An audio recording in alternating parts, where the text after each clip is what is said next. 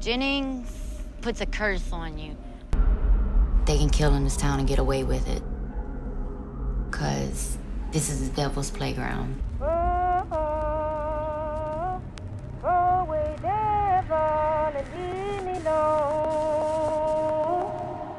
There's no easy way to get to Jennings, Louisiana. Small two-lane roads eventually lead you to this small town with a bustling main street. But for years, this town has been hiding a dark secret. Never before seen police documents, and what he's found suggests a very different and frightening theory. I know you're actually afraid of what's going to happen to you at this point, safety-wise. Yeah. Just know I did do the recording. I knew what happened, and I don't think nobody wants people to find out what really happened. But you're saying you don't feel like you could talk to anybody in Jennings about it at this point? I've already tried. Frankie Richard. He's no stranger to the streets of South Jennings. He's been called a person of interest by investigators. And for the first time, he's talking to 7 News. Did you take a polygraph test? Yes, I have. How'd you do on it? I'm still on the street. So what really happened to Loretta, Ernestine, Kristen, Whitney, Muggy, Crystal, Brittany, and Nicole? These girls seen something, heard something, knew something that they was not supposed to know. Whoever doing the killing, he got his picks. He just gone for users. He a sick person, tell you that much though. What I think it's going to take is for a quote-unquote higher class citizen, so to speak, to have something happen to them before it really kicks into gear. You want to get away with something? Go to Jennings. What you want to know? What was your relationship with the police during those years? My relationship with the police. The idea that police are somehow involved in 8 killings is widely shared, and there's a disturbing pattern of police misconduct that supports the theory. Hi guys, welcome to my YouTube channel. Today I want to talk about a very small town with a very big mystery. This case takes place in the Louisiana Bayou, in Jeff Davis Parish, or more specifically, the small town of Jennings, population 11,000, where in a span of 4 years, every few months, a dead woman's body would be discovered, dumped in a canal or by the side of the road. A total of 8 women were found between 2005 and 2009, and they would come to be known as the Jeff Davis 8 or the Jennings 8. Rumors of a serial killer were swirling, and nobody could trust anybody. They didn't know if their childhood friend or their uncle or their neighbor or the person they were having lunch with was a serial killer. This case has so many twists and turns, it will make your head spin. I did so much research, I read books, I watched documentaries, I read articles, and at the end, I still didn't know what to believe. As usual, here on my channel, I'm going to give you guys the facts, we'll discuss the theories, and then you can decide. As always, I have to thank my subscribers. I appreciate your support so much. If you are new here, hi, this is me. I wear a tinfoil hat and I talk about true crime and conspiracies, usually cases where it's both, like this one. With all that being said, let's dive in. So the whole thing starts on May 20th, 2005, just a few hours before Loretta Chasson's lifeless body would be discovered. Deputy Terry Guillory showed up at her mother's house in the wee hours of the morning. He told her mother that he was worried that he hadn't seen Loretta in a few days. About 4 hours after Terry Guillory showed up at her door, Loretta's lifeless body was found in a canal. The cause of death was ruled to be undetermined because of the decomposition. However, they did say that there was an injury on her scalp, a small patch of blood. Her identity was confirmed through fingerprints. Now, Loretta's brother Chad, he said that the last time he saw Loretta, she was going into a pickup truck, and the person driving the pickup truck is somebody known as Frankie Richard. There are other people who saw Loretta after her brother saw her, and those people saw her at the Boudreaux Inn. Now, the Boudreaux Inn is this local motel that a lot of the people that I'm going to mention in this case hung out at, and she was with some of her friends, and those people were Muggy Brown and Nicole Guillory. If you're wondering if Nicole and Terry are related, yes, they're cousins. Then, less than a month later, another body was found floating in the canal. And this was only 6 miles away from where Loretta's body was found. This time, the woman was identified as Ernestine Patterson. Ernestine's cause of death was more apparent. Her throat was slit, and she was found partially clothed. And then, months later, another body was found floating in the canal in Jeff Davis Parish. This person was Kristen Gary Lopez. She was totally nude, and her decomposition was also so bad that a cause of death could not be determined. So now you've got 3 bodies in the same town floating in canals. They're all women, and people started freaking out. And there was another similarity between all of the women. All of these women had drugs in their system. And this would create a phrase that the sheriff said that all the women involved were leading, quote, high-risk lifestyles. The term high risk and its various implications would become synonymous with the deaths. And after getting a firestorm of backlash from victims' families, Sheriff Ricky Edwards tried to clarify, saying he didn't mean to sound insensitive or imply they weren't taking the cases seriously. And then there was a break in the case. 2 people were arrested for the murder of the 3rd victim, Kristen Gary Lopez. And those 2 people were Frankie Richard and Hannah Connor. Frankie Richard, if you'll remember, that is the person that victim number 1, Loretta's brother, said she was last seen getting into his truck. That same Frankie Richard. That name is gonna come up a lot. Tracy Chasson, now Tracy Chasson is Loretta Chasson's cousin. Okay, I told you guys this was a small town, population 11,000, right? Everybody's cousins, brothers, sisters, and uncles. She is the one who told police information that led to Frankie and Hannah's arrest. But then a few months after Tracy's statement, she recanted her statement, and then Frankie and Hannah were released and their charges were dropped. Tracy ended up doing an interview explaining herself. I put Frankie Richard and Hannah Connor in jail, and I couldn't live with myself, and I went back and told him that I lied. I just made up the story, and I also put myself in jail for 3 months. Jennings detectives wouldn't leave me alone. I couldn't sleep. Every time somebody would say something, they'd come. I really didn't know where Kristen was done. They led me. I just told them the story that I heard on the street. I'd rather not go into details. The truth is, I know nothing. I don't know nothing. I don't know who it is. And this is where things get weird. Tracy said that she saw, and it wasn't just Tracy actually, several witnesses said that they saw Kristen get into a pickup truck with Frankie Richard and Hannah. This truck was presumed to be the crime scene, or at the very, very least, extremely important to the case because it was where Kristen last was before she died.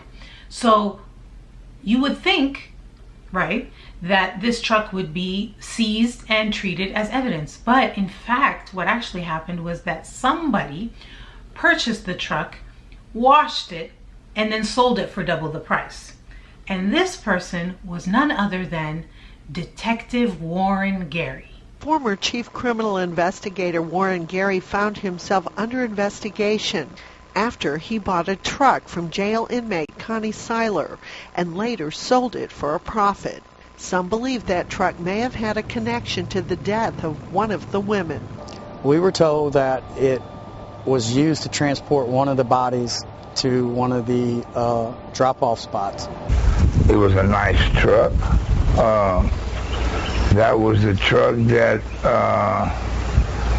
Connie and Christian and Tracy was in when they left my motel room right before Christian went missing. Police investigated and no criminal charges were filed against Gary. However, he was fined $10,000 by the State Ethics Board. It's a slap on the hand when you're talking about messing with evidence in a murder case, and he's still an officer on the Sheriff's Department. Evidence may have literally been washed away. It's very suspicious that it was sold, washed and sold. I mean, was there a cover-up or not? We don't know. Yeah, and this detective was the chief investigator of the police department that was handling this case. I don't know what you think should have happened, okay, but I'll tell you what actually happened. He wasn't like fired. In fact, he was promoted. So what happened to Gary after the ethics fine? He was promoted by Sheriff Edwards to run, of all things, the evidence room. Yes, the person who tampered with evidence, allegedly my conspiracy don't sue me, became the head of the evidence room. It just felt kind of like a little, it just felt like a fuck you. So when they asked the sheriff who, decided this, what was he thinking? This is what the sheriff said. A lot of people want to say cover up and all of this. I have never, nor will I ever, as I don't believe any sheriff in this state would cover up any wrongdoing in our offices. You've got Detective Gary, who took a piece of evidence and washed it and sold it. 2 months go by and there's another body. This time, instead of being found in a canal, the body was on the side of the road. And people started saying it seems like whoever is doing this is getting very brazen, almost taunting the community. This person was identified with fingerprints and it was Whitney Dubois. And then another one, again on the side of the road, but this time the cause of death was determined and it was brutal. Like Ernestine, her throat was slit, but they had poured bleach over it as well. And this person was identified as Muggy Brown. At this point, people were convinced that there was a serial killer loose in Jennings. So the sheriff came out and announced a task force. And then a few months later, another body. This time near a canal in a wooded area. She was Crystal Shea Zeno. But before you could even wrap your head around that, another body was found. Her name was Brittany Gary, and she was actually Kristen Gary, Lopez's cousin. And not only was she her cousin, she was the youngest victim. She was only 17. So this is what happened. She actually was missing for a few days before she was found. She was last seen at the Family Dollar store on the surveillance camera footage at 5:30 p.m. on November 2nd. She was missing for 2 weeks. Her mom was pleading for help. So I'm asking anyone out there, if you have seen Brittany, please, I'm begging you, please call me. The community was terrified that she was going to be part of these string of victims, and before you know it, she was. She was found on the side of the road, and her cause of death was asphyxiation. Now, by this point, the community's fear had turned to anger. They felt like this was too small of a town and everybody knew everybody, and it was just so strange that the police couldn't figure out what was going on, or at least have some information. Why wasn't anyone talking? Why weren't any arrests being made that were actually sticking? Was it Frankie? Was it someone else? Could it be someone in the police department? They're upset. So what do? They decide to hire a private investigator to figure out what is going on in Jennings. So this private investigator starts filming. He's filming girls who fit the profile of the girls who are being found dead. And that's when he got footage of Nicole Guillory 2 months before she became victim number 8. Everybody that knew Nicole knew that she had this habit of brushing her hair, and she was also very stressed out at this time. She kept saying that she was going to be next. According to Frankie Richard himself, he said, quote, "Nicole knew a whole lot about a whole lot." Now, Nicole's mother, she spoke to media. She would always tell us that, that she wouldn't live long. She was always paranoid. It got to the point where she did not want to go anywhere by herself. I think she could feel that they were closing in on her. I bought some icing and cake for her birthday. She said, "Mama, it doesn't matter. I'm not going to be here." She said that she even had her 4 kids placed with relatives. And she said that she was scared of someone, but she would not say who. And that Nicole claimed that she knew who killed the girls and that they were coming for her next. And then Nicole went missing. Her mother filed a missing person report on August 19, 2009, and that same day, Nicole's body was found. Again on the side of the road, she was nude from the waist down, and her cause of death was evident. It was asphyxiation. And you know what else her mother said? She used to tell us all the time it was the police killing the girls. We'd say, Nicole, a name, something. Write a letter and leave it somewhere. Let us know. We can help you. No, Mama, it's too far gone. It's too big. I'd rather y'all not know nothing. That way, nothing can happen to y'all. She knew. She knew. She knew. And that's why they killed her. A lot of this information was uncovered by an author. His name is Ethan Brown. Now, Ethan Brown wrote a book called Murder by the Bayou. What I'm going to tell you has been researched by him. Jeff Davis Parish, which is the parish that Jennings is in, has the lowest rate of solving crimes in the nation.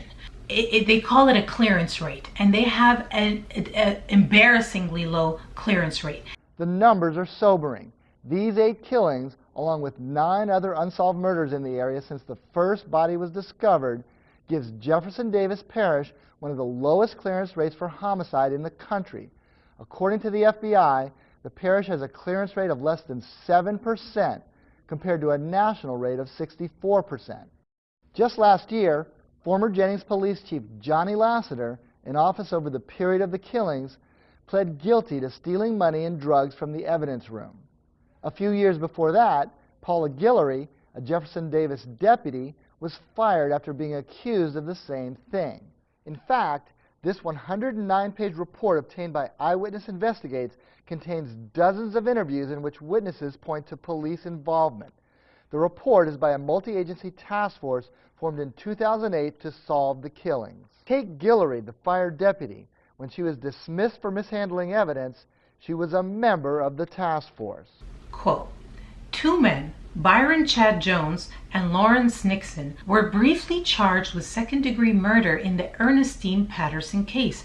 That was victim number 2. But despite several witnesses implicating them, the sheriff's office did not test the alleged crime scene until 15 months after Patterson's murder. Over 2 years, and found, unsurprisingly, that it failed to demonstrate the presence of blood. Well, yeah, if you go to test a sample over 2 years later, why are you not checking for samples for 2 years? Is it incompetence or is it something worse? I don't know. You decide. Let's talk about Sergeant Jesse Ewing, because he tried to do something good and he got totally railroaded. It says, in December 2007, Sergeant Jesse Ewing received word that 2 female inmates at the city jail wanted to talk about the unsolved homicides, then totaling 4. He was stunned by what he heard.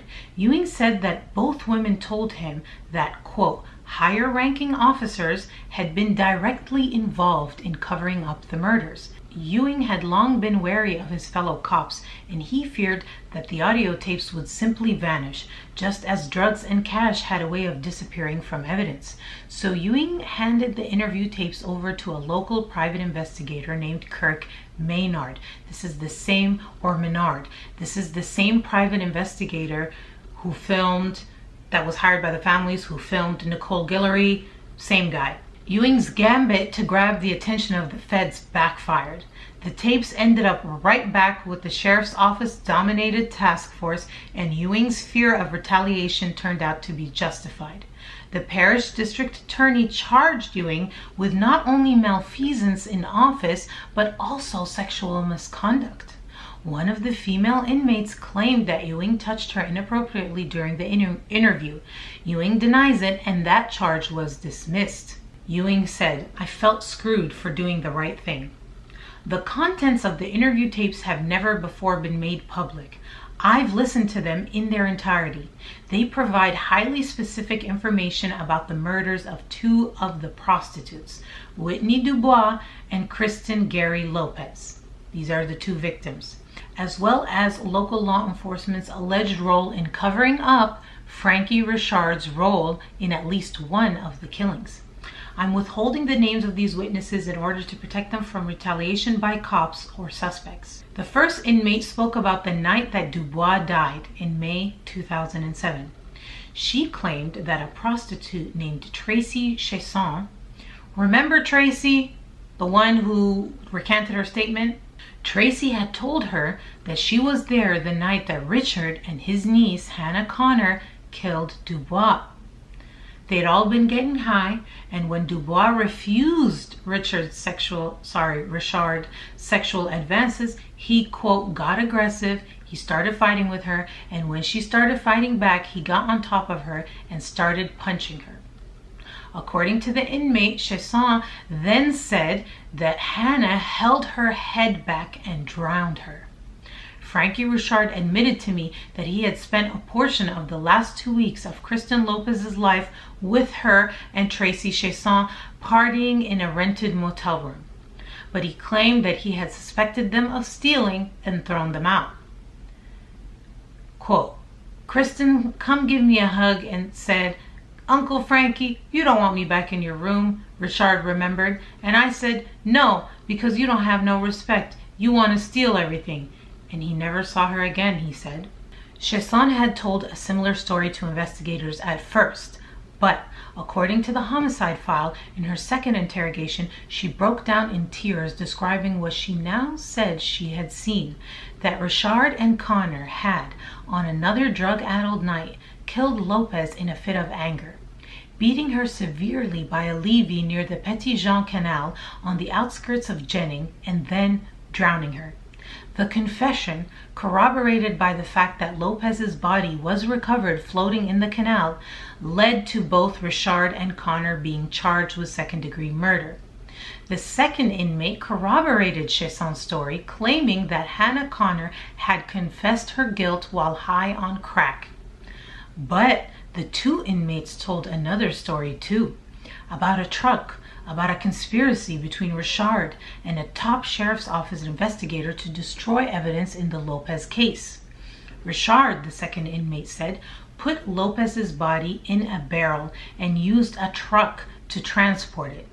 The truck, she said, was later purchased by an officer named Mr. Warren. So this is a transcript from that conversation.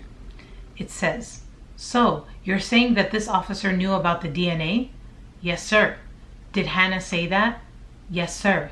Did she know about the killing? Yes, sir, because him and Frankie Richard were good friends. What did Hannah tell you about the officer? That him and her Uncle Frankie are good friends, and that he brought the truck so that the evidence wouldn't come back to her Uncle Frankie. He discarded it. He cleaned the truck at the car wash. Who cleaned it at the car wash? Officer Warren. What car wash did he clean it at? Ray's. According to these witnesses, it seems like Frankie and Hannah did this while high on crack, and that they had connections with the police, including Detective Warren Gary, who helped them cover it up. So that transcript that I read you, that was recorded by Sergeant Ewing. He's the one who gave this to the FBI. But instead of this leading to sort of any type of discipline, instead, Ewing is the one that got fired. And there was another witness that actually did an interview under the condition of anonymity with the local media, saying not only did she have a recording, or he, we don't know, that they had a recording and that they tried to tell police. I worked a case that was due to narcotic pills being trafficked from Houston to Jennings. During that investigation, I was at the house where the pills were being distributed. That's when our informant says a fight broke out between two men. During the scuffle, each saying they would tell what the other had done. So after that went on, I grabbed one of them and walked to the side of the house with him. And that's when he said what had happened to the first victim. Loretta Chesson. That's what they meant when they said, I'll tell on you, but no, I'll tell on you. They both actually had something to do with it. Our informant says the entire conversation was captured on tape, a wire worn by one of the people he used to gain entry into drug houses in Jennings. I know you're actually afraid of what's going to happen to you at this point, safety-wise. Yeah. Just know I did do the recording. I knew what happened, and I don't think nobody wants people to find out what really happened. He said him and a group of girls were partying, and he was prescribed to methadone wafers, which he kept feeding to Loretta Chasson. After a while, she collapsed. He wraps her in some blankets. Then he goes back and continues partying with the other girls. He went back and checked on her a few times, he said, but at 2 a.m. is when he realized she had died. She had OD'd from the medicine. Some of those other girls were partying with them. That's when he says the men disposed of Loretta's body, dumping her in the canal. But you're saying you don't feel like you could talk to anybody in Jennings about it at this point? I've already tried. Now, speaking of witnesses, there's a whole different factor here. It's a common thread with every single one of the Jennings 8. And why did I say it like that? And that is that they were all informants with the very police department that was handling this case. Not only were they informants, but every one of them was a witness to what happened to another one. For example, Loretta, victim 1, was seen by Muggy. Kristen, victim number 3, also was interrogated and knew what may have happened to Loretta. Muggy also knew about what happened to Ernestine, victim number 2. In the case file is also a comment from another witness who says that Muggy told her that 3 police officers were going to kill her. And as we know, Muggy turned up dead. And then there's the case of Whitney Dubois and Brittany. Whitney is victim number 3 and Brittany was victim number 7. Brittany, according to witnesses, said, quote, "Uncle Frankie killed Whitney." And as we know, Brittany turned up dead too. So Brittany, victim number 6, told Crystal, victim number 5, that she knows who killed Muggy. And as we know, all 3 of them would end up dead. And it was like one by one until all that was left was Nicole. And remember, Nicole Guillory was paranoid. She kept saying she was next. She kept saying she knew who did it. She said the police were involved, that it was more than one person, and that she was next. And she was right. So now we're left with the question of who and why. Let's talk about the theories, because with each theory, there's more information that comes out. There seems to be this common thread of 3 officers and Frankie, and that somehow it's them. So who? Which officers? Let's start with Danny. Danny Berry was a jailer, and by all accounts he was mean. He was mean for no reason. There was an interview in the documentary with one of the people who was just a random person who was in the jail, and he said that Danny would just sometimes randomly come in, put the pepper spray inside the cell and just spray it, just randomly. The other thing about him was he was kind of, well, they said he had a sex dungeon and it was lined with plastic, a la Dexter. You know Dexter from Showtime, the same channel that has this documentary incidentally, and that his wife would actually recruit women and that they would take these women back into their dungeon, do things to them. And the weird thing that people would say is, okay, let's say you guys were just, into that freaky stuff and whatever, do your thing, but why is everything lined with plastic? Is it for the bodily fluids or is it for maybe blood? Well, according to the case file, Danny Berry was named as a suspect. Danny Berry's dead, by the way. He died in 2010, but it says here that Danny Berry was named as a suspect by at least 3 separate task force witnesses in a single day of interrogations in November 2008. Quote, Deputy Danny Berry would ride around on the south side with his wife, and they would try to pick up girls. And Berry's vehicle was a small blue sports car. Berry would drop off his wife Natalie and she would get the girls. The couple would spike a drink and then take the girls back to Berry's house. One witness even told investigators that, quote, Danny Berry had a room in his trailer that had chains hanging from the ceiling and that a person could not see in or out of the room. According to the case file, Danny Berry was interviewed by investigators once and they did not mention these allegations, and then shortly after he died. But you know who's still alive? Terry Guillory. Let's talk about Terry Guillory. Terry, remember, he's Nicole Guillory's cousin, victim number 8. Furthermore, he was the person who showed up in the wee hours of the morning before victim number 1 was ever found. Remember saying he was worried about her? Loretta. So, according to Loretta's brother, Terry and Loretta had a relationship. Actually, it was sexual in nature, and making matters worse, Loretta was 14 and Terry was in his 20s. And so, according to Loretta's brother, he says that Terry had a thing for Loretta, and that before she died, she actually rode in the car with Terry. And then Terry like randomly shows up and is like, I'm worried about her, she's missing. And then boom, she's found. So Terry was a warden in a jail, and by all accounts, he was your classic crooked cop. According to the ethics report about Warren Gary, the one who took the truck, cleaned it, and sold it, Terry was the one who brokered this deal between the owner of the truck to Gary, who then washes it and sells it. And Terry did more than just that. Terry also provided Richard's niece, Hannah Connor, a thin but serviceable alibi in the murder of Lopez. He said her comings and goings were because of her day job at a cable company, but did not account for her whereabouts that night, according to police reports. Because of Warren Gary and Terry Guillory, 2 members of law enforcement, the Lopez case lost a key piece of physical evidence. Because of Terry Guillory, 1 suspect found herself with an alibi. And because Connor, that's Hannah, the niece, refused to flip on Richard, and Chasson had changed her story repeatedly, the charges against all of them were dropped. So now we've got 3 cops that are alleged to be dirty cops. My conspiracy allegedly, don't sue me. The common denominator, no matter which person you talk about, is Frankie Richard. The interesting thing about Frankie is that he always speaks to media. He's always up for an interview. I think it's crazy, you know. I knew all the girls, never had any problems with any of them girls.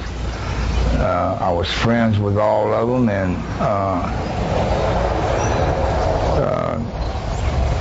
they all used to come around here. Christian was a little girl. Christian would call me Uncle Frankie. Just before her disappearance, Kristen, along with Tracy Chasson and a woman named Connie Seiler, visited Uncle Frankie in his room at the Jennings Budget Inn where he was staying. I was having some problems with Tracy and Christian taking things that didn't belong to them. So I told Connie not to bring them back to my room. According to Frankie, they all left in Connie's truck. He says that was the last time he saw Kristen alive. Then there's victim number 4, Whitney Dubois. Frankie admits Whitney was at his house just hours before her body was discovered. She was found a couple of hours later on the gravel road. Am I a crack addict? I've smoked crack for 20 years. They all, every last one of these girls that I knew, I've gotten high with. You ever had sex with any of these girls? Yes, I have. How many of them?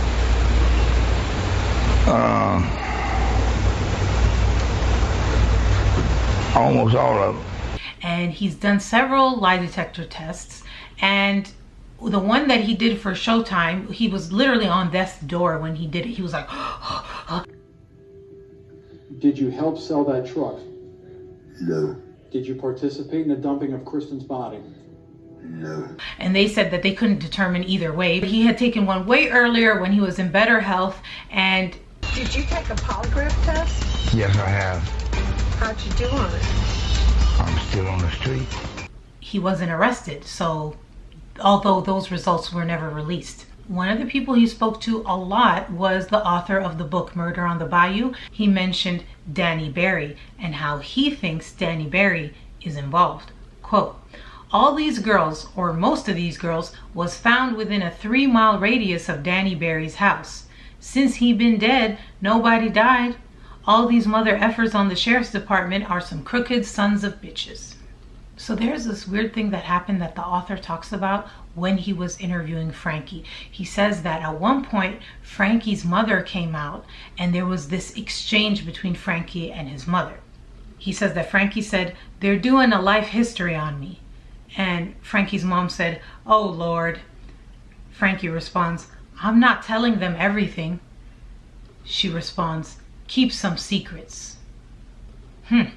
There is a secret that was revealed by the author, and that is that Frankie Richard was the informant of all informants, because this guy, he's rumored to have pimped out all the girls that were part of the Jennings 8.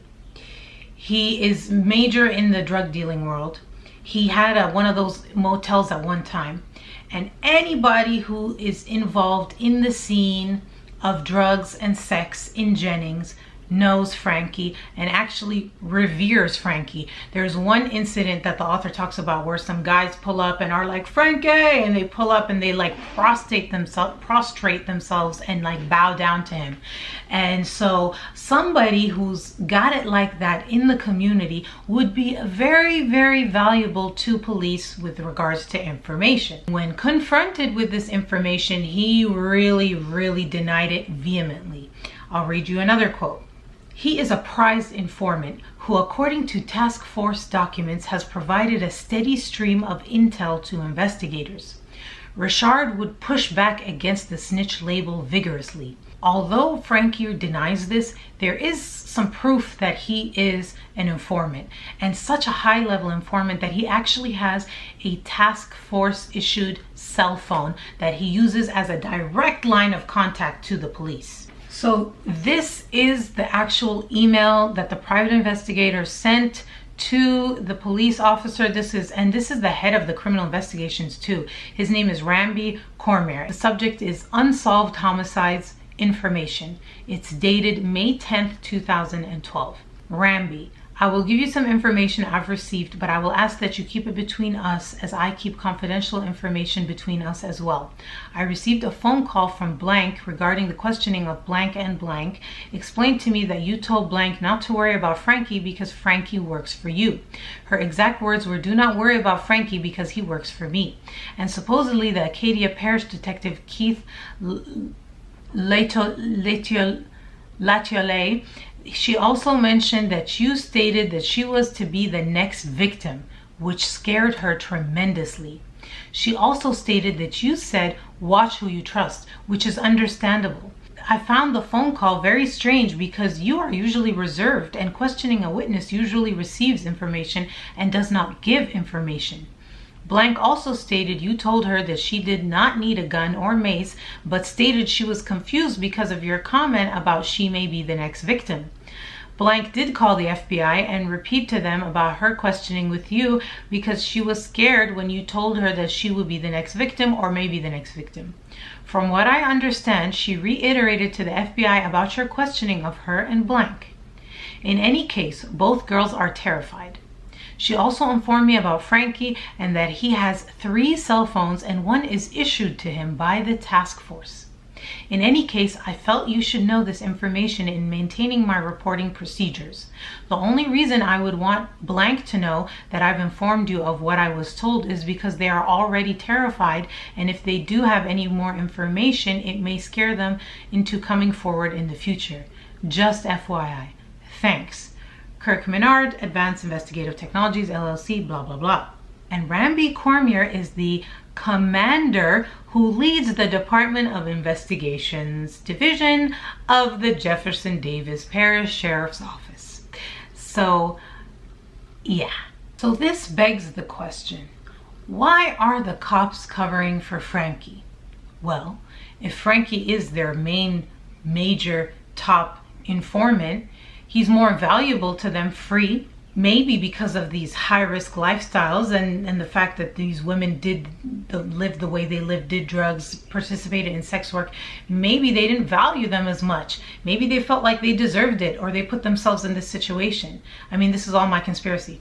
So It could be that because they didn't value the victims, they let this guy get away with it, literally get away with murder, so that he can continue to be an informant. The war on drugs has been profitable for this office, this sheriff's office. So it would be valuable to them financially to have this informant who is offering them information that allows them to make busts, that then allows them to continue to get funding because they're doing such a good job on the war on drugs. So that is the whole connection thing that is regarding Richard and the officer. I would love to know what you guys think. For me personally, I feel like at the very least, Frankie, Terry, and Gary, and it all rhymes, doesn't it? Frankie, Terry, and Gary. Allegedly my conspiracy, don't sue me, but we might never know. Anyway, that was a lot. Thank you guys so much for watching. Please subscribe if you haven't already, and I will see you guys in the next one. Bye.